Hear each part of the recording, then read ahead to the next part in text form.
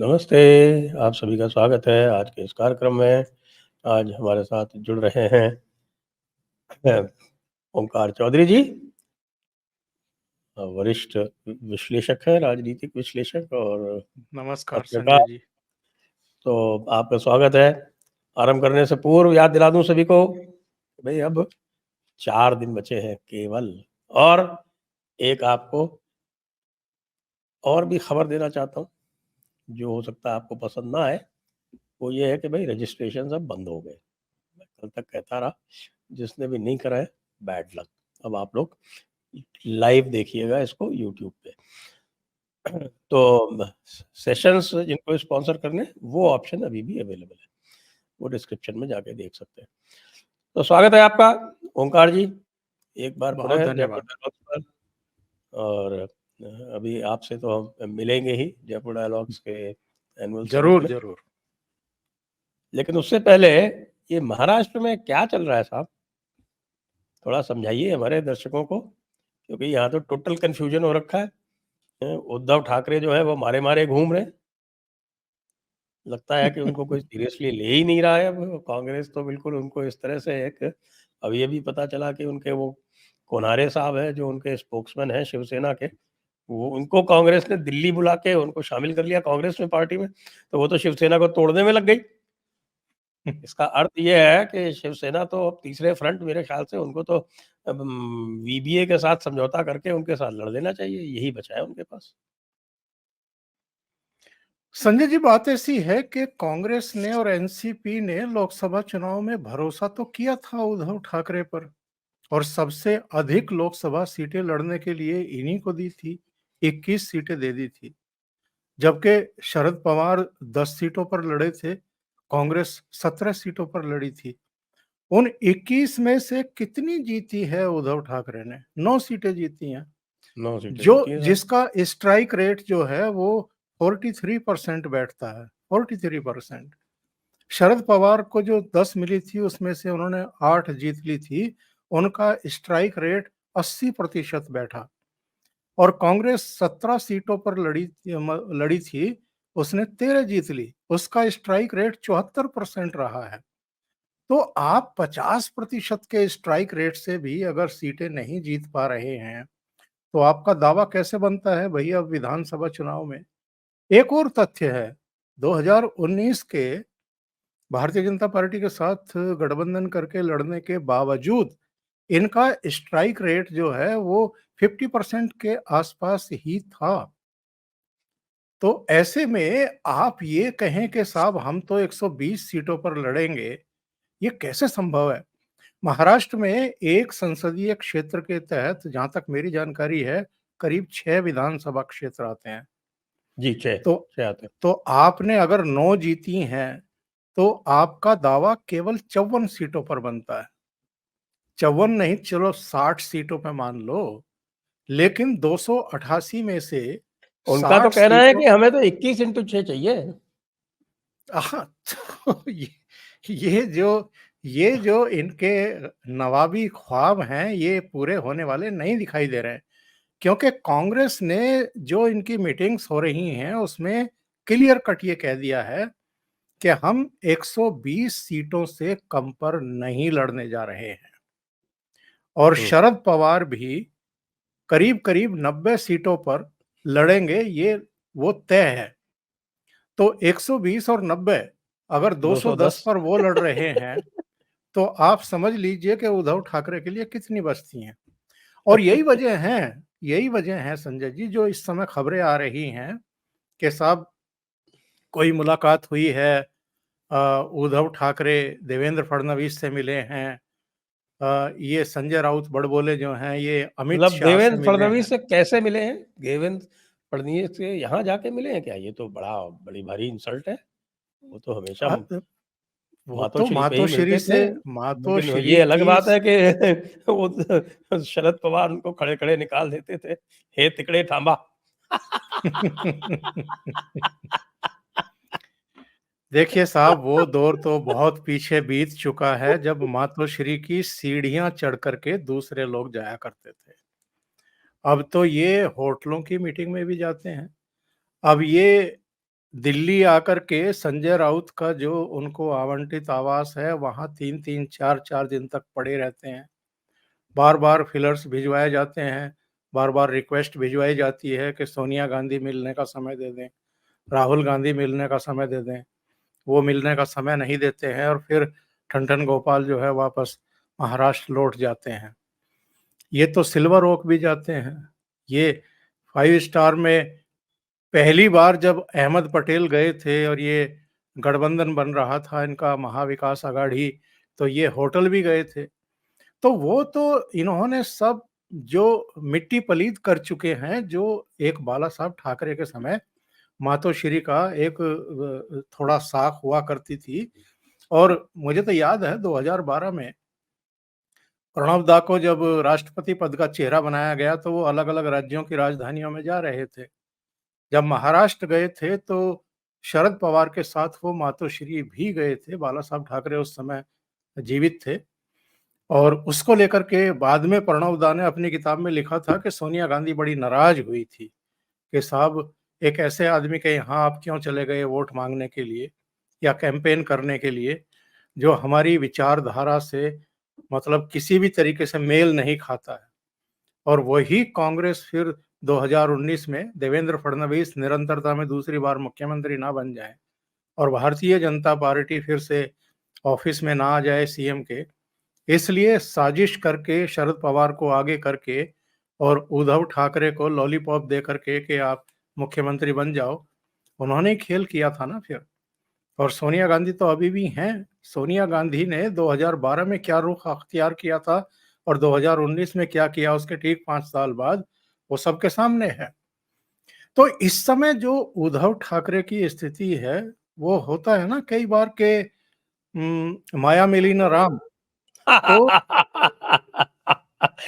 एक वो सूरदास जी का दोहा है, उधो मन न भये 10-20, एक हो तो सो गयो श्याम संग, को आराधे ईस। तो तो ये एक्चुअल में तो चेहरा उधो बनना की चाह हालत जो रहे। है, उधो की हालत जो है वो आपके कृष्ण लीला वाले उद्धव जैसी हो रही है। एग्जैक्टली ये चेहरा बनना उद्धव चाहते थे। उद्धव जी जो थे वो गोपियों को ब्रह्म का उपदेश देने गए थे और स्वयं जो है उनसे भक्ति सीख के आ गए।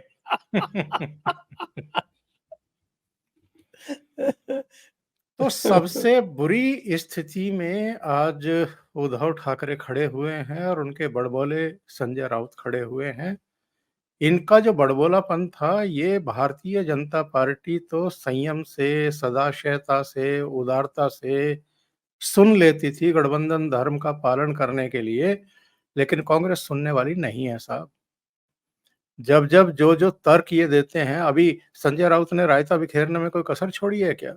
जब ये हरियाणा में कांग्रेस पार्टी हारी, तो संजय राउत का बयान क्या आया था? संजय राउत ने लिखा था सामना में कि जीती हुई बाजी कैसे हारी जाती है, ये कोई कांग्रेस से सीखे। तो भाई हाँ, आप कांग्रेस। और प्रियंका चतुर्वेदी जो है वो कह रहे हैं कि साहब के महानतम राजनेता जो है वो नरेंद्र मोदी है। सुर बाला साहब कैसे ठाकरे बदले के भी जाते हैं, आदमी है। सुर कैसे बदल जाते हैं लोगों के, वो आप ये देख रहे हैं और अभी देखेंगे, क्योंकि कांग्रेस अड़ गई है। इन्होंने एक और बयान दिया है ना अभी कांग्रेस को बिदकाने वाला। इन्होंने ये कह दिया कि साहब सीटों के बंटवारे को लेकर के, सीटों को तय करने को लेकर के जो महाराष्ट्र की कांग्रेस की इकाई है, इसके हाथ में कुछ नहीं है। इनको तो बार बार दिल्ली में अपने नेताओं से बात करनी पड़ती है। तो नाना पटोले ने कह दिया कि भाई हम तो अपने नेताओं से बात करते हैं, हमें आइडिया नहीं है कि आप अपने नेता से बात करते भी हो कि नहीं करते हो। तो स्थिति परिस्थिति यहाँ तक पहुंच गई है और चूंकि ये एक प्रेशर टैक्टिस अपनाए हुए हैं, इन ये 120 सीटों की मांग तो इसलिए कर रहे हैं, इनको ये पता है कि अगर अधिक से अधिक सीटें नहीं हासिल करेंगे, अधिक से अधिक सीटों पर नहीं लड़ेंगे, तो ज़्यादा सीटें जीत भी नहीं पाएँगे। ज़्यादा सीटें नहीं जीत पाएँगे, ज़्यादा एमएलए नहीं आएँगे, तो हमारा सीएम भी नहीं बनेगा। क्योंकि कांग्रेस और शरद पवार ऑलरेडी कह चुके हैं कि भाई जिसके ज्यादा एमएलए आएंगे वो सीएम बनेगा।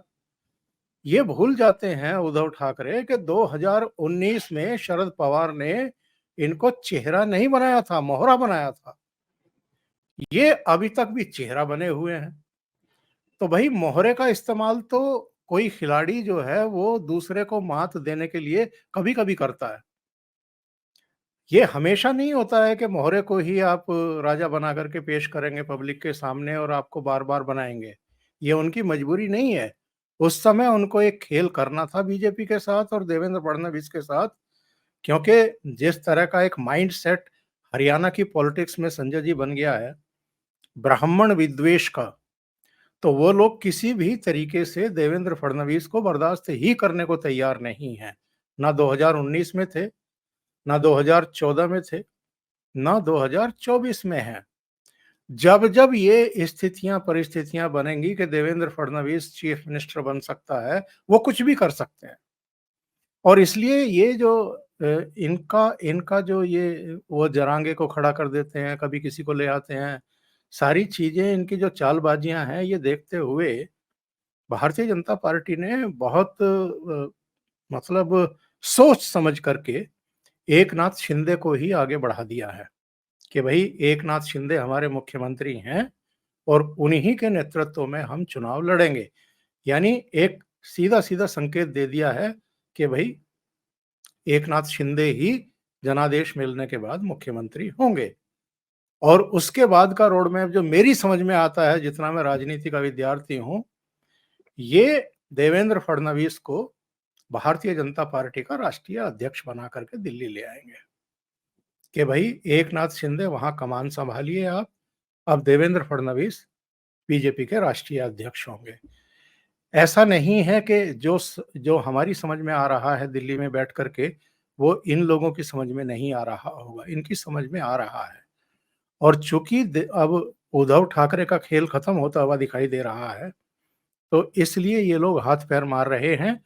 अभी किसी ने इसकी पुष्टि भी नहीं की है, तो खंडन भी नहीं किया है जो खबरें इस समय चल रही हैं कि देवेंद्र फडणवीस से उद्धव ठाकरे की मुलाकात हुई थी। अच्छा, ये वो मेरे सामने ये खुला हुआ है ट्विटर, इस पे जो खबर चल रही है वो ये है कि साहब की ये खबर जो है ये कांग्रेस ने लीक की है। साहब ये संजय राउत अमित शाह से मिले और देवेंद्र फडणवीस से उद्धव ठाकरे मिले, ये खबरें कांग्रेस की ओर से लीक की गई है। तो ये भी स्पष्ट दिख रहा है कि भाई क्या गेम है और उद्धव ठाकरे पूरी तरह से ट्रैप में फंस चुके हैं और उनकी गति जो है वो सांप छछूंदर वाली हो चुकी है। अब आप ये देखो ना संजय जी, कितना जबरदस्त गेम इस समय महाराष्ट्र की राजनीति में चल रहा है। अब से 15-20 दिन पहले भारतीय जनता पार्टी और एकनाथ शिंदे ये चाहते थे कि अजित पवार दफा हो हमारे पास से, तो जो बाकी की बचेंगी 288 सीटें उन पर हम दोनों मिलकर के लड़ लेंगे और वो हमारे लिए ठीक रहेगी, क्योंकि हमारी कमजोर कड़ी अजित पवार है। तो इसलिए ये लोग तो अजित पवार से मुक्ति चाहते थे। और आज की तारीख में कांग्रेस और शरद पवार उद्धव ठाकरे से मुक्ति चाहते हैं कि ये अगर बाहर निकले, ये दफा हो, तो फिर हम मिल मिला करके 288 सीटें लड़े, जैसे हमारा पहले एक गठबंधन हुआ करता था वही गठबंधन अपना रहे। तो ये एक अजीबोगरीब मोड़ पर इस समय महाराष्ट्र के इलेक्शन पहुंच चुके हैं। इसमें एक इम्पॉर्टेंट डिफरेंस है, ये दोनों जो आपने तुलनाएं की हैं उसमें ये है कि साहब कि अजीत पवार तो अपनी स्थिति समझ के, जिसको कहते हैं औकात समझ के, वो तो 50-55 सीटों पे मान गए कि भैया ठीक है, इससे ज्यादा हमारी मार नहीं है, तो ठीक है हम इतने पे ठीक है। इसी तरह से एकनाथ शिंदे भी अपनी जितनी मार है उतनी समझ के भाई ठीक है बाकी है। तो इसलिए वहां कोई किसी प्रकार का कोई झगड़ा बचा नहीं है। 150 151 पे लड़ेगी भारतीय जनता पार्टी, 80 के आसपास ये लड़ेंगे, 84 पे शायद ये लड़ेंगे और 53 पे वो लड़ेंगे। इनके यहाँ तो फाइनल हो गया। लिस्टें भी निकलनी शुरू हो गई। यहाँ तो कुछ फाइनल ही नहीं हो रहा है, क्योंकि सही मायने में पूछिए तो स्थिति इस समय शिवसेना की एमवीए में एनसीपी जैसी ही है उनको 60-70 सीटों पे संतोष करना पड़ेगा यदि रहना है, नहीं तो ये फ्रेंडली फाइट वगैरह करते रहें, वो भी अच्छा है। मुझे लगता है कि इस झगड़े में पूरे के पूरे एमवीए की ऐसी-तैसी हो रही है, आपको क्या लगता है? नहीं, बात आपकी सही है और जहाँ तक एकनाथ शिंदे का प्रश्न है या अजित पवार का, देखिए अजित पवार को जो बारामती में डिफीट मिली है, उससे अजित पवार अंदर से हिल गए। उनको पता चल गया है कि मैं अगर बारामती भी नहीं जीत सकता हूँ, अपनी पत्नी को भी नहीं जिता सकता हूँ और केवल वो सुनील तटकरे वाली सीट ही अगर रायगढ़ वाली जीतने की स्थिति है और वो तो वहाँ भी सुनील तटकरे का आपकी अपनी सीट है, उसमें तो क्या है उनका? वो अब उनकी अपनी सीट है, उनका अपना प्रभाव वहाँ पर है इसलिए वो जीती है। तो अजित पवार को लगा कि ये हार्ड टाइम है मेरा, तो इसको किसी तरीके से निकाल लो। दूसरी बात ये है कि जो एकनाथ शिंदे इतनी मतलब अभिलाषा तो उनकी भी 100 से ऊपर सीटें लड़ने की थी, लेकिन जो लास्ट अमित शाह के साथ मीटिंग हुई है इनकी, उसमें अमित शाह बहुत तैयारी के साथ बैठे हुए थे। भारतीय जनता पार्टी की का वहाँ कोई सर्वे हुआ है और 1-2 नहीं 2-3 सर्वे हुए थे और जिन-जिन सीटों पर एकनाथ शिंदे दावेदारी कर रहे थे, उनमें से करीब 60 सीटों के बारे में अमित शाह ने वो सर्वे की रिपोर्ट उनके सामने रख दी और ये कहा है कि साहब ये सब वीक पॉइंट हैं आपके और दूसरी बात ये है कि लोकसभा चुनाव में भी आपने प्रेशर दे करके जितनी सीटें ले ली थी, उसमें से कुछ सीटें जो हैं, वो उद्धव ठाकरे कैंप जीत गया। उसकी वजह ये है कि एक तो कैंडिडेट ठीक नहीं थे। दूसरी बात ये है कि उन सीटों पर आपकी दावेदारी बनती नहीं थी। इसके बावजूद आपने प्रेशर बिल्डअप करके वो सीटें ले ली थी। तो एकनाथ शिंदे को ये कह कर के समझाया गया कि भई आप अभी चीफ मिनिस्टर हैं। आपको इसके बावजूद चीफ मिनिस्टर बनाया गया कि हमारे एमएलए नाराज़ हैं, देवेंद्र फडणवीस को मुख्यमंत्री ना बनाए जाने से। और हमारी 105-6 सीटें हैं और आपकी कितनी हैं? 40 या प्लस आप 10 वो जो एमएलए निर्दलीय आ गए थे बाद में उनको भी लगा लो, तो आपकी कितनी सीटें बैठती हैं? फिर भी आप चीफ मिनिस्टर हैं। हमारे 100 से ज़्यादा एमएलए हैं, फिर भी देवेंद्र फडणवीस उप मुख्यमंत्री हैं। तो हमारे एमएलए नाराज़, हमारे पदाधिकारी नाराज़, हमारा कैडर नाराज़, इसके बावजूद हम आपको चीफ मिनिस्टर बनाए हुए हैं और फिर चीफ मिनिस्टर का चेहरा बना रहे हैं। तो आपको इसमें तसल्ली रहनी चाहिए और इसलिए एकनाथ शिंदे जो हैं वो चुप करके जितनी दी जा रही हैं उतनी सीटें वो ले रहे हैं। एक और बात है जो अंदर की है, अमित शाह ने ये कहा है कि भई जो गलती आपने लोकसभा चुनाव में की है, गलत कैंडिडेट खड़े करके और जिसका नुकसान भारतीय जनता पार्टी को उठाना पड़ा इस रूप में कि जितनी सीटें जीत पाते, उसका फ़ायदा हमें मिलता ना सरकार बनाने में जो 240 सीटें बीजेपी की रह गई और एनडीए की कुल मिलाकर के 293 सीटें रह गई। तो इस बार जो भी आप कैंडिडेट खड़ा करें, वो एक तरफ़ा उनका ऐलान ना करें, थोड़ा-सा चर्चा कर लें उनके चेहरे पर, उनके बैकग्राउंड पर और वहाँ जो सीटों के समीकरण बन रहे हैं, उसको लेकर के। तो मुझे लगता है कि अजित पवार भी और एकनाथ शिंदे भी, जो-जो उनकी हिस्से की सीटें हैं, वहाँ पर कैंडिडेट्स के बारे में बीजेपी से चर्चा करेंगे और बीजेपी ऑलरेडी एक समन्वय समिति बना चुकी है कि आप लोग जो हैं बैठ कर के इस पर चर्चा करें।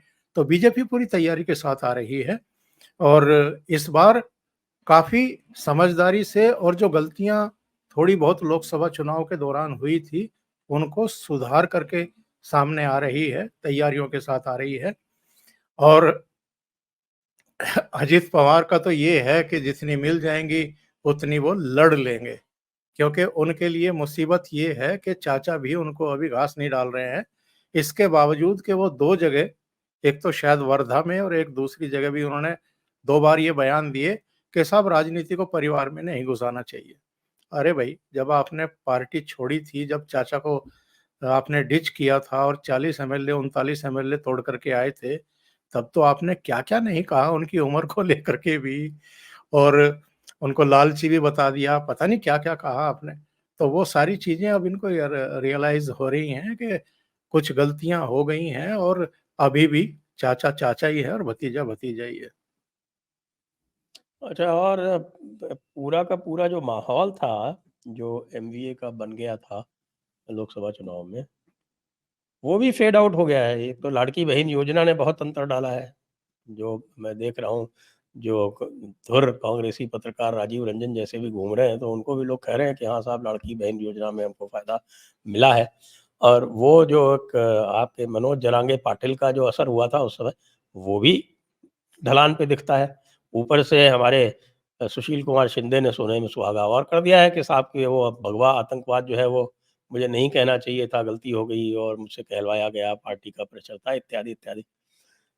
तो अब आपको क्या लग रहा है, क्योंकि इनका जो मेन जो प्रॉब्लम हुई थी वो मराठवाड़ा में 46 सीट्स हैं और 62 सीट्स जो हैं वो विदर्भा में। तो टोटल अगर देखा जाए, विधानसभा सेगमेंट वाइज देखा जाए, तो अंतर जो था वो 158 और 127, केवल 30 सीट का था। वो कुछ अनइवन पोलिंग जो मुसलमानों की हुई कुछ क्षेत्रों में, जैसे हमने धूले में देखा, जो कांग्रेस की कैंडिडेट थी, वो 6 में से 5 पे 1,93,000 से पीछे थी और एक अकेले आपके मालेगांव सेंट्रल में 1,95,000 की लीड लेके जीत गई 2-2,500 वोट से। तो इस तरह की जो स्थितियाँ बनी, तो यदि विधानसभा सेगमेंट वाइज़ देखा जाए तो अंतर बहुत अधिक नहीं है। आप बिल्कुल सही कह रहे हैं। अभी लोकसभा चुनाव में भी अगर हम देखें तो विदर्भ में, उत्तर महाराष्ट्र में और मराठवाड़ा में, इनमें कांग्रेस का जो प्रदर्शन है वो बेहतर रहा है। और ये माना जा रहा है कि उसी के बल पर जो है कांग्रेस ये दावा भी कर रही है कि हम 120 से कम पर नहीं लड़ेंगे। एक तरीके से वो कहते हैं ना कि लकीर खींच दी है कि साहब इससे कम पर नहीं हम लड़ेंगे। अब बहुत अगर गठबंधन बनाए रखना है एमबीए का और सबको अगर आपको साथ लेकर के चलना है तो कितनी कम करके कांग्रेस लड़ेगी। और कांग्रेस का ये भी बिल्कुल तय है कि चीफ मिनिस्टर अगर होगा तो उनका होगा। जो बीच में खबरें आ रही थी कि शरद पवार जो है वो सुप्रिया सुले को चाहते हैं कि चीफ मिनिस्टर बना जाएं और ये उनका ख्वाब है जिंदगी का कि मेरे रहते सुप्रिया सुले चीफ मिनिस्टर बन जाएं। जो अभी ताजा खबरें वहां से उस कैंप से आ रही हैं और जो शरद पवार को जानते हैं भली भांति कि उनका रुख एक्चुअल में ये रहेगा कि अगर सरकार बनने की स्थिति आ जाती है, ज़्यादा एमएलए कांग्रेस के होते हैं, कांग्रेस उस पर अड़ जाती है तो वो बनने देंगे मुख्यमंत्री कांग्रेस का। लेकिन वो सोनिया गांधी से एक सौदेबाजी ज़रूर करेंगे कि साहब मुख्यमंत्री आप अपना बनाइए, लेकिन सरकार को मैं ही चलाऊँगा महाराष्ट्र में बैठ कर के। यानी जो पुलिस डिपार्टमेंट होता है, जो दूसरे डिपार्टमेंट होते हैं, वो सारे जो है आप मुझे देंगे, मेरी पार्टी के कैबिनेट मंत्रियों को देंगे। ये उनकी एक पहले से एक रणनीति रही है, चाल रही है शरद पवार की कि साहब शासन-प्रशासन जो है वो उनके अंडर में रहे, उनका आधिपत्य उन पर रहे। तो ये तो बात रही ये। दूसरे जो आपने मूल सवाल पूछा था उसको एक बार फिर दोहराइएगा संजय जी। अ, मैंने तो ये पूछा था कि भई ये जो इनकी जो स्थितियाँ जो इस प्रकार की थी लोकसभा में, उसमें बहुत सारे परिवर्तन हुए हैं। एक तो लाड़की बहन योजना आ गई, दूसरे जी हाँ, जी हाँ। Manoj Jarange yes, yes. पाटिल की और स्थिति सुशील खराब हो गई शिंदे का और बयान, तीसरे सुशील सुशील शिंदे का शिंदे बयान। का बयान। जी, जी, जी, जी। देखिए, अगर हम सुशील शिंदे के बयान को देखें तो वो चौंकाता तो बिल्कुल नहीं है। क्योंकि 2008 नवंबर में जब ताज पर अटैक हुआ था, जब ये कसाब और 9 दूसरे आतंकवादी कराची से चले थे और मुंबई आकर के उतरे थे और उन्होंने 3 जगहों पर अटैक किए थे। उसके तुरंत बाद आप इनके कांग्रेसियों के बयान देखिए। इन्होंने इसे हिंदुओं की तरफ से ही किया गया एक तरीके से टेररिस्ट अटैक बताने की कोशिश की थी। और ये लोग भी वहां से कलावा वलावा बांध करके और अपने हिंदू नाम रख करके आए थे।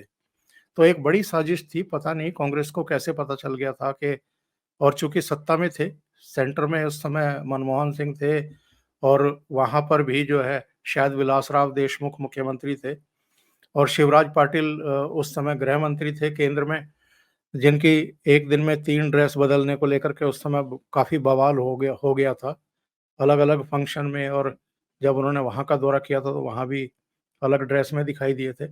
तो ये लोग इनका जो एक ये चल रहा था 2008 से चल रहा था। फिर अगस्त में जब पी चिदम्बरम गृह मंत्री थे तो एक देश भर के डीजीपी और आईजी की एक समिट चल रही थी।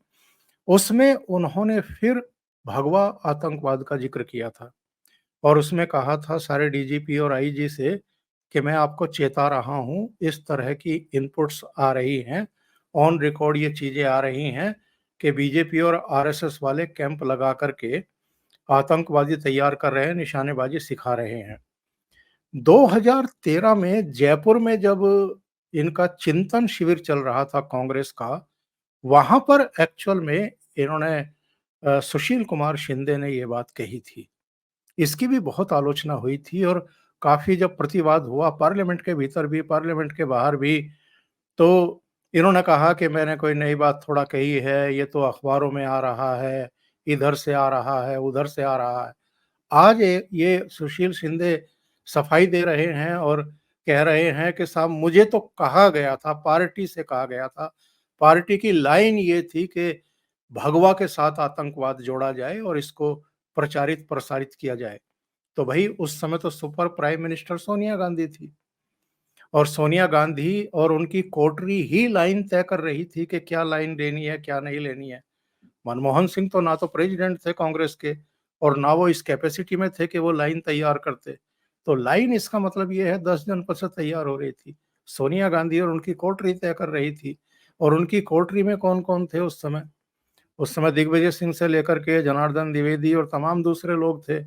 वो लाइन तय कर रहे थे, इसका मतलब उन्होंने भगवा आतंकवाद की थियरी को जो है आगे बढ़ाने की कोशिश की थी और सुशील कुमार शिंदे की अगर हम माने तो उन पर प्रेशर था इस बात को लेकर के, वो तो भगवा के साथ आतंकवाद शब्द नहीं जोड़ना चाहते थे, पर ये कांग्रेस ने जुड़वाया था। तो इसका मतलब सीधा-सीधा ये है कि साहब जो कांग्रेस खेल करती रही है और जिस तरीके से भारतीय जनता पार्टी को, आरएसएस को अंडर अटैक रखती है, हमेशा राहुल गांधी के आप बयान उठा करके देख लीजिए, इनके दूसरे नेताओं के बयान उठा करके देख लीजिए, ये जानबूझ करके ऐसा करते हैं ताकि जो मुस्लिम वोटर है उसको डरा करके रखा जाए, उनको ध्रुवीकृत किया जाए और इसका फायदा कभी-कभी तो मिल जाता है, आपको जैसे 2024 में मिल गया है। लेकिन साहब हमेशा नहीं मिल सकता है। कुछ-कुछ पॉकेट्स में आपको अगर मिल भी गया जैसे हरियाणा में, फिरोजपुर जिरका में, पुन्हाना में, नूंह में मिल गया आपको। लेकिन इसका जो रिवर्स होता है कई बार, वो आपको उठा करके पटक भी देता है, जो हरियाणा में हमें देखने को मिला है। और अलग-अलग तरीके से 2024 के लोकसभा चुनाव के नतीजों के बाद जिस तरीके से अब हिंदुओं में ध्रुवीकरण दिखाई दे रहा है और योगी आदित्यनाथ का जो बटेंगे तो कटेंगे और उसके बाद फिर मोदी जी का और फिर आरएसएस के प्रमुख का इसी से मिलता-जुलता जो बयान आया है, वो जो स्पार्किंग हमें अब देखने को मिल रही है हिंदू समाज में, फिर से एकजुट होने का जो ये एक जेस्चर दिखाई दे रहा है, उसको लेकर के भी ये लोग अब काफ़ी परेशानी में हैं। और आप देख लीजिएगा जो हरियाणा ने रास्ता दिखाया है, वो हम झारखंड में भी देखेंगे आगे बढ़ते हुए और उसका कहीं न कहीं भय अब शरद पवार के ऊपर भी है और कांग्रेस के ऊपर भी है। उद्धव ठाकरे तो एक्चुअल में चूँकि जो मूल सिद्धांत थे, नीतियाँ थी, दृष्टि थी बाला साहब ठाकरे की, उनको कभी का तिलांजलि दे चुके हैं, तो इसलिए वो तो बहुत बुरी तरह फँसे हुए हैं। तो उनके लिए तो मतलब जीवन और मरण का प्रश्न है और अपनी प्रासंगिकता कैसे बनाए रखें, बस इसके लिए लड़ाई है। वो 120 सीटों पर लड़ने की जो दावेदारी जता रहे हैं, उनको भी पता है कि इतनी सीटें तो नहीं मिलेंगी, तो वो कोशिश कर रहे हैं कि जितनी ज़्यादा मिल जाएँ, उतनी कम से कम हमारे पास होंगी, तो हम अपना अस्तित्व बचाने के लिए प्रयास कर सकते हैं। अच्छा, ये जो मराठा रिजर्वेशन का इश्यू था, अब उसकी क्या स्थिति है? देखिए, मराठा रिजर्वेशन का इशू तब बहुत शातिर तरीके से आगे बढ़ाया जाता है जब इनको लगता है कि देवेंद्र फडणवीस का प्रभाव बढ़ रहा है, या देवेंद्र फडणवीस जो है वो उसको आगे करके पावर सौंपने की स्थितियां बन रही हैं या बन सकती हैं, आगे चल करके बन सकती हैं।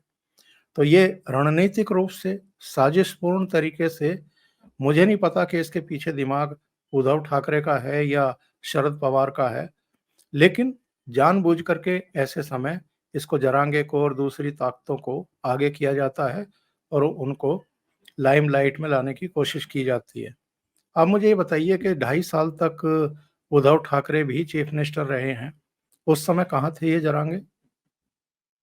ये जब देवेंद्र फडणवीस को ही आगे बढ़ाया जाता है, जो मैंने एक शब्द बोला था कि महाराष्ट्र में जो ये ब्राह्मण विद्वेष है, ये जिस तरीके से काम करता है, बस उसी को कैश करने के लिए ये लोग हरकतें करते हैं। वरना मुझे नहीं लगता कि मराठा आरक्षण कोई इतना बड़ा मुद्दा है जितना इसको शोकेस किया जाता है वहाँ पर। जी हाँ, और उस समय तो थोड़ा-सा आरएसएस भी पीछे थी, अब तो लगता है आरएसएस पूरे दम-खम के साथ लगी हुई है। ये जो नैरेटिव चलाते हैं और इस दूर करने के लिए जिस प्रकार का व्यक्तिगत एक संपर्क चाहिए होता है, वो मुझे लगता है कि बीजेपी कैडर में उतना नहीं है, जितना आरएसएस के पास होता है। और चूँकि आरएसएस जो थी, जहाँ-जहाँ एक्टिव नहीं थी, वहाँ-वहाँ इनको नुकसान हुआ है। संजय जी, मेरी सूचना ये है कि करीब 15-20 दिन पहले से हरियाणा में आरएसएस पूरी तरीके से एक्टिवेट हुआ था, मतदान से 15-20 दिन पहले। और महाराष्ट्र में तो डे 1 से एक्टिवेट है। और महाराष्ट्र में तो आरएसएस ने अपने कंधों पर बहुत बड़ी ज़िम्मेदारी ले रखी है। बहुत सारे लोगों को वहाँ पर अलग-अलग जो आरएसएस से जुड़े हुए लोग हैं, जो बूथ लेवल तक कार्यकर्ताओं को प्रशिक्षित कर रहे हैं, जागरूक कर रहे हैं, मोटिवेट कर रहे हैं, उनको भी जागरूक करने के लिए, मोटिवेट करने के लिए और कुछ बिंदु दे करके उन तक जो है वो सब चीज़ें बहुत सिस्टमैटिक अंदाज में की जा रही हैं। जगह-जगह मतलब उनकी सभाएँ रख कर के, उनकी गैदरिंग रख कर के उनको पहले प्रशिक्षित किया जाता है, उसके बाद वो फिर बूथ लेवल के कार्यकर्ताओं तक जाते हैं, वो फिर घरों तक जाते हैं। महाराष्ट्र में इस बार काफ़ी काम हो रहा है और आरएसएस काफ़ी बढ़-चढ़ कर के जो है, इस बार वहाँ काम कर रहा है। मुझे लगता है कि जो धक्का लगा है लोकसभा चुनाव में, ख़ास तौर से महाराष्ट्र में, उसकी उसके खतरे को भांपते हुए ये लोग सब एकजुट होकर के प्रयास कर रहे हैं। और ये भी देखने में आया कि महाराष्ट्र में ख़ास तौर से आपने देखें कि विदर्भ जो कि स्ट्रॉन्ग होल्ड हुआ करता था एनडीए का, उसमें 10 में से केवल 3 सीटें जीत पाए ये लोग। और वो 3 सीटें, एक बुल्ढाना, एक अकोला और एक नागपुर। इसके अलावा सारी सीटें हार गए। और मराठवाड़ा में तो ये एक भी सीट नहीं जीते, पूरे मराठवाड़ा में। हाँ, वही मैंने कहा था कि विदर्भ में, उत्तर महाराष्ट्र में और मराठवाड़ा में, यहाँ कांग्रेस का परफ़ॉर्मेंस काफ़ी आशाजनक रहा उसके लिए। और यही वजह है उसके, चूँकि ये स्ट्रॉन्ग होल्ड निखर कर के सामने, उभर कर के सामने आ गए हैं लोकसभा चुनाव में, तो उसको लग रहा है कि उसकी संभावनाएँ बहुत ज़्यादा हैं और भारतीय जनता पार्टी को यहाँ काम करने की ज़रूरत थी। कितना कर पाए हैं, कितना नहीं कर पाए हैं, ये देखने वाली बात है। क्योंकि आप ये देखें कि अ, विदर्भ में वैसे तो 10 के हिसाब से 60 होती हैं, लेकिन कई सारे जो है कि जो उसमें से सीटें आई हुई हैं आपके मराठवाड़ा की भी। तो ये जो 10 सीटें मानी जाती हैं, इसमें से ये 3 जीते और उनकी जो 62 सीटें मानी जाती हैं मराठवाड़ा की, सॉरी 46 सीटें मराठवाड़ा की, 10 और 62 सीटें विदर्भ की। तो वो जो 46 सीटें हैं, ये 8 बनती हैं उनकी कॉन्स्टिट्यूएंसी, वो 8 में से 1 भी नहीं जीती। जी हाँ, जी हाँ। दिक्कतें हैं वहाँ पर, दिक्कतें हैं।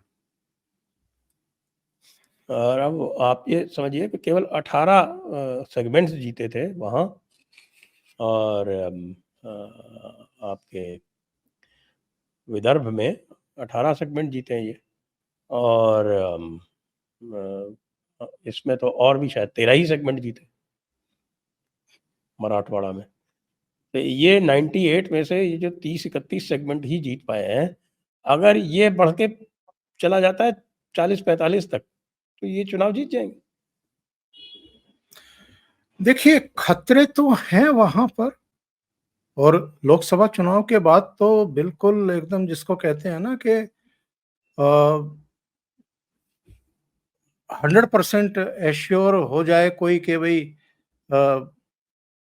हम ही जीत रहे हैं, ऐसा भाव ना तो एमबीए के खेमे में है और ना ही इधर है। दोनों में ही जिस तरह की तैयारियां, जिस तरह की लामबंदी हैं, जिस तरह के अस्त्र शस्त्र तैयार किए जा रहे हैं, वो भी अपना पूरा प्रयास कर रहे हैं। ये लोग भी, जैसा मैंने कहा कि आरएसएस का पूरा कैडर जो है वो इस समय महाराष्ट्र में सक्रिय है और सभी क्षेत्रों में सक्रिय दिखाई दे रहा है। तो और इन्होंने सांगठनिक स्तर पर भी आप देखिए ना, जब हरियाणा में चुनाव प्रचार अपने उरूज पर था, तब भी टाइम निकाल करके 2 या 3 बार जो है अमित शाह किसी न किसी बहाने महाराष्ट्र और मुंबई गए हैं, वहाँ मीटिंग्स की हैं बैठ करके।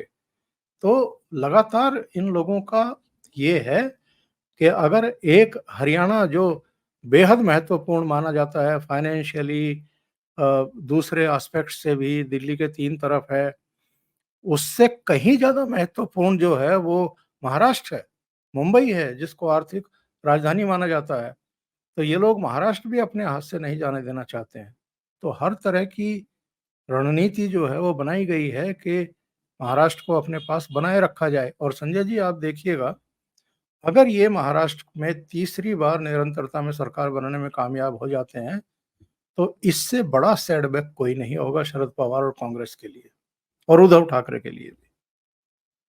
और साथ में यदि हम झारखंड की भी बात कर लें, तो झारखंड में तो बिल्कुल एक तरफा दिख रहा है।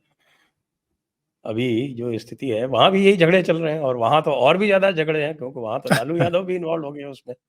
लालू यादव के अलावा जेएमएम और कांग्रेस के आपस के भी झगड़े हैं, और वहाँ उनकी एंटी इनकम्बेंसी जो है वो काफ़ी अधिक है। तो वहाँ तो ऐसा ये लग रहा है कि भाई अच्छा, बाबूलाल मरांडी को इन्होंने प्रोजेक्ट भी कर दिया है, ठीक है, ऑफिशियली अनाउंस नहीं किया है, लेकिन सबको दिख रहा है क्योंकि रघुवर दास को किनारे कर दिया गया है। तो ये जो सूचक है, ये तो काफ़ी शुभ सूचक है। बाबूलाल मरांडी को आगे करके भारतीय जनता पार्टी ने अपनी पुरानी गलती ठीक की है। बाबूलाल मरांडी एक ऐसा चेहरा रहे हैं जो बहुत ही सुलझे हुए हैं, जिन पर कोई किसी तरह का दाग नहीं है, कोई आरोप नहीं है। मुझे नहीं पता कि भारतीय जनता पार्टी ने ये क्यों किया था उनके साथ, कि वो इतने रुष्ट हो गए कि उनको अलग रास्ता अख्तियार करना पड़ा। वरना पुरानी लीडरशिप में आप देखें तो कुछ चेहरे अलग-अलग राज्यों में ऐसे रहे हैं कि जो मतलब स्वाभाविक रूप से ही बीजेपी और आरएसएस के चेहरे बन गए थे। तो बाबूलाल मरांडी उनमें से एक हैं। ये कोई मामूली घटना थी क्या कि राहुल गांधी चल कर के रांची पहुंच रहे हैं और हेमंत सोरेन के साथ मीटिंग कर रहे हैं? ये तो उल्टे बांस बरेली वाली कहावत को चरितार्थ करने वाली थी, वरना तो ये तो आमतौर पर दिल्ली बुलाते हैं लीडरशिप को, चाहे वो कितने भी क्षेत्रीय दलों के मजबूत नेता हों, ये चाहते हैं कि हमारे यहाँ आकर के हमारे दरबार में बैठें, यहाँ चर्चा हो और यहाँ हम बार्गेनिंग करें। ये कमजोरी प्रदर्शित करती है कि कांग्रेस जो है वो हरियाणा की हार के बाद किस कदर भयभीत है, डरी हुई है। और अब वही जैसे वो मातोश्री की सीढ़ियां उतर करके होटलों में जा रहे हैं और सोनिया गांधी से टाइम मांगने के लिए 4 दिन तक दिल्ली में पड़े हुए हैं, वही हाल हमें झारखंड की जहां तक बात है वहां पर कांग्रेस की दिखाई दे रही है। आप कहते रहिए अपने भाषणों में कि आदिवासी राष्ट्रपति को जो है राम मंदिर के उद्घाटन में नहीं बुलाया गया, लेकिन पब्लिक नहीं जानती है कि आदिवासी को राष्ट्रपति भी अगर किसी ने बनाया है तो वो भारतीय जनता पार्टी और नरेंद्र मोदी ही है। आपने तो नहीं बनाया कभी। तो बुलाया ये चीज, बुलाया बिल्कुल तक गया था उनको, उन्होंने मना कर जी दिया। हाँ, उनको निमंत्रण पत्र भेजा गया था। नहीं गई वो अलग बात है, और वो बाद में निमंत्रण गई। पत्र भेजा नहीं गया था, पर्सनली मिल के दिया गया था। जी हाँ। तो ये सब चीजें जो हैं लोगों की समझ में आ रही है। और जिस चीज का आप जिक्र कर रहे हैं, कल उसकी मनोज झा की बाइट सुन करके बड़ा आनंद की अनुभूति हो रही थी मुझे, कि देखो कैसे छटपटा रहे हैं ये लोग, और चाह रहे हैं कि किसी तरीके से हमें भी उतनी सीटें मिल जाएं कि हम कुछ खेल करने की स्थिति में हो, झारखंड में भी अगर सरकार फिर से बनने की स्थिति हो। लेकिन मुझे लगता है कि हेमंत सोरेन जो है वो इनको घास नहीं डाल रहे हैं। इसलिए वो कह रहे थे कि हम अपने कैंडिडेट उतारेंगे, इतनी सीटों पर तो हमारा दावा बनता है, इतनी सीटों पर हम नंबर 2 थे, हमें हमारी जड़ें बड़ी मजबूत हैं, हमें हल्के में नहीं लेना चाहिए। अरे भाई, ऊपर वाले का थोड़ा खौफ खाओ, बिहार को ही बचा लो, बाकी तो छोड़ दो। लोकसभा चुनाव में भी फिर वही हालत हुई है। तो अरे एक तो बात वाह! और भी है, ओवरऑल अगर देखें हरियाणा में भी देखा गया ये चीज़, और ये निश्चित रूप से झारखंड और महाराष्ट्र में भी इसका आएगा कि जो पहले वो जो उन्होंने वो संविधान की किताब लेके वो जो झूठा नैरेटिव चलाया था, अब उसका कोई प्रभाव नहीं है। क्योंकि ये स्टेट इलेक्शन है, वैसे भी यहाँ संविधान की तो कोई दिक्कत है नहीं। संविधान जो बदल सकते हैं, वो पहले ही सत्ता में बैठे हुए हैं, और उन्होंने कोई भी ऐसा प्रयास या ऐसी चेष्टा नहीं की है कि जिससे लगे कि साहब कि संविधान को बदलने में और आरक्षण समाप्त करने में उनकी कोई भी रुचि है। संविधान के बल्कि साथ सबसे बल्कि और भी एक और बड़ा काम ये हुआ कि सुप्रीम कोर्ट ने उपवर्गीकरण जो है, उसकी अनुमति दे दी है। जी हाँ, हरियाणा में कर भी दिया गया है। तो ये जो सारा नैरेटिव जो चलाया गया था, वो उन प्रभुत्व वाली जो शेड्यूल कास्ट जातियाँ हैं, उनका शगल था ये। यस। और अब उनमें वहाँ पर डिवीज़न हो गया है, जो पहले भी हुआ करता था, और अब ये बिल्कुल स्पष्ट है कि यदि उपवर्गीकरण कोई देगा, तो वो भारतीय जनता पार्टी ही देगी। तो इसलिए अब महाराष्ट्र में भी महार अलग है, दूसरे अलग हो गए कि भैया हमको तो महार से मुक्ति चाहिए। यहाँ पे जैसे आप देख लिया कि चर्मकार जातियों से मुक्ति चाहिए हरियाणा में। यही बात जो है वो आ रही है, आपने देखा मायावती ने तुरंत उसका विरोध कर दिया कि ये साहब जो है ये षड्यंत्र है, और ये दलित एकता को रोकने का षड्यंत्र। कैसा षड्यंत्र भाई? सुप्रीम कोर्ट ने अलाउ किया है। सही बात है। अब क्यों ये संविधान की प्रति दिखाएँगे साहब, वो तो फुस हो चुका है, और जितना काम निकालना था ये निकाल चुके हैं। अब काठ की नहीं आंडी दिखा रहे बार-बार हैं ना, वो करने कह रहे वाले हैं नहीं। ना साहब कि देखिए बॉलीवुड में जो है, वो जो डांस होता है, तो उसमें केवल 10 लोग डांस करते हैं और बाकी सारे लोग जो है वो, उनका कहना है कि जो कैमरामैन है, जो स्पॉट बॉय है, जो हेल्पर है, उनको सबको भी नाचना चाहिए हीरो-हीरोइन के साथ सेट के ऊपर। संजय जी, आप इसकी काबिलियत को भी जानते हैं, फितरत को भी जानते हैं, ट्रैक रिकॉर्ड है इनका। वो जो पहले एचएम वी के जो रिकॉर्ड आते थे, वो काले वाले जो जिन पर वो सुई रख करके जो है गाने सुना करते थे हम लोग, हुँ, तो हुँ, वैसे ही इनका हाल है। हर राज्य में चुनाव में प्रचार करने के लिए जाते हैं, अडानी अंबानी को नहीं भूलते। ये कुछ-कुछ मुद्दे ऐसे हैं जो इनकी ज़बान पर चढ़े हुए हैं, तो उन्हीं को दोहराते रहते हैं, बाकी का कोई मतलब नहीं है। और अब सीरियसली कोई इनको लेता भी नहीं है। अब तो बल्कि भूपेंद्र हुड्डा अपना माथा पीट रहे होंगे ये सोच कर के कि ये भाई-बहन अगर इतने नहीं घूमे होते, तो शायद इतनी बुरी हालत हमारी नहीं होती, हम थोड़ा और ऊपर पहुँच सकते थे। तो हर राज्य में तो यही हाल है इनका। जहाँ-जहाँ पैर पड़े संतन के त्यों-त्यों बंटा धार। तो यहाँ भी अगर ज़्यादा सक्रिय हुए झारखंड में और महाराष्ट्र में, तो यहाँ भी आप देख लीजिएगा परिणाम। जितना मुँह खोलते हैं उतना ही कांग्रेस का बंटाधार करते हैं। नहीं, ये तो ऑलरेडी जो जैसे हरियाणा में हुआ था ना कि पहले सीटें घोषित कर दी थी भारतीय जनता पार्टी ने, और इनके झगड़े चलते रहे थे, तो उससे निश्चित रूप से जो जिसको हम बोलते हैं ऑप्टिक्स, ऑप्टिक्स में ये आरंभ से ही पिछड़ गए थे। यहाँ तो उससे भी अधिक पिछड़ गए हैं। यहाँ तो 99 सीट कल घोषित कर दी भारतीय जनता पार्टी ने, कैंडिडेट घोषित कर दिए महाराष्ट्र में। तो आप सींग उलझाए रहो आपस में, भारतीय जनता पार्टी ने अपना काम शुरू कर दिया है। और मनोज जरांगे पाटिल कह रहा है कि वो खुद के कैंडिडेट्स उतारेगा। हाँ, उसको भी चढ़ूनी का हाल प्राप्त होगा उसको भी। तो वो चढ़ूनी को 1170 वोट मिले हैं। ये जो एक्चुअल में क्या है कि दरी-वरी बिछा करके जो ये अनशन पर बैठ जाते हैं और इनको जिस तरीके से पॉलिटिकल पार्टियां यूज या मिसयूज करती हैं इन लोगों को, और मीडिया भी सिर पर चढ़ाता है कई बार बेवजह, तो इन लोगों को हो जाती है गलतफहमी। आपको याद नहीं है राकेश टिकैत एक बार खतौली से विधानसभा का चुनाव लड़े तो 9000 के आसपास वोट और जमानत जब्त। फिर एक अमरोहा से लोकसभा चुनाव लड़े, वो भी आरएलडी के राष्ट्रीय लोकदल के चुनाव चिन्ह पर, वहां भी जमानत जब्त और वहां भी उतनी ही वोटें। और अभी ये चढ़ूनी लड़े हैं तो 1170 वोट, जमानत जब्त। अभी पंजाब में जब चुनाव हुए थे 2022 में, तो इनकी 32 जत्थेबंदियों में से 22 ने एक अपना मोर्चा बना करके वहां भी अपने कैंडिडेट उतारे थे, सबकी जमानत जब्त। अरे भाई, आंदोलन अलग चीज होती है और चुनाव एकदम अलग चीज होती है।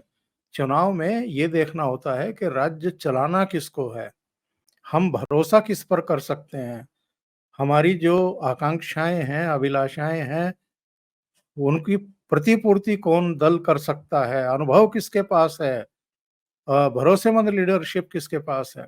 ऐसा नहीं होता है कि आप आंदोलन के समय अगर मीडिया की सुर्खियां पा रहे हैं तो आप जो है चुनाव भी जीत जाएंगे। तो जैसा चढ़ूनी का हाल हुआ है वैसे जरांगे का भी होगा। जी, चढ़ूनी और जरांगे एक ही तरह के जीव हैं। जी, लेकिन इससे ये भी दिख रहा है कि जरांगे जो है वो फ्रस्ट्रेट हो गया है और उसको ऐसा लग रहा है कि साफ लगता है कि बीजेपी की सरकार ना आ जाए। तो इसलिए जो है वो खुद धमकी दे रहा है कि मुझको भी टिकट दे दो कांग्रेस वालों, नहीं तो मैं तुम्हारी खीर जो है वो बिखेर दूंगा, खाऊंगा नहीं तो ढोल दूंगा। कांग्रेस ने तो साहब, कांग्रेस इतनी चालाक पार्टी है।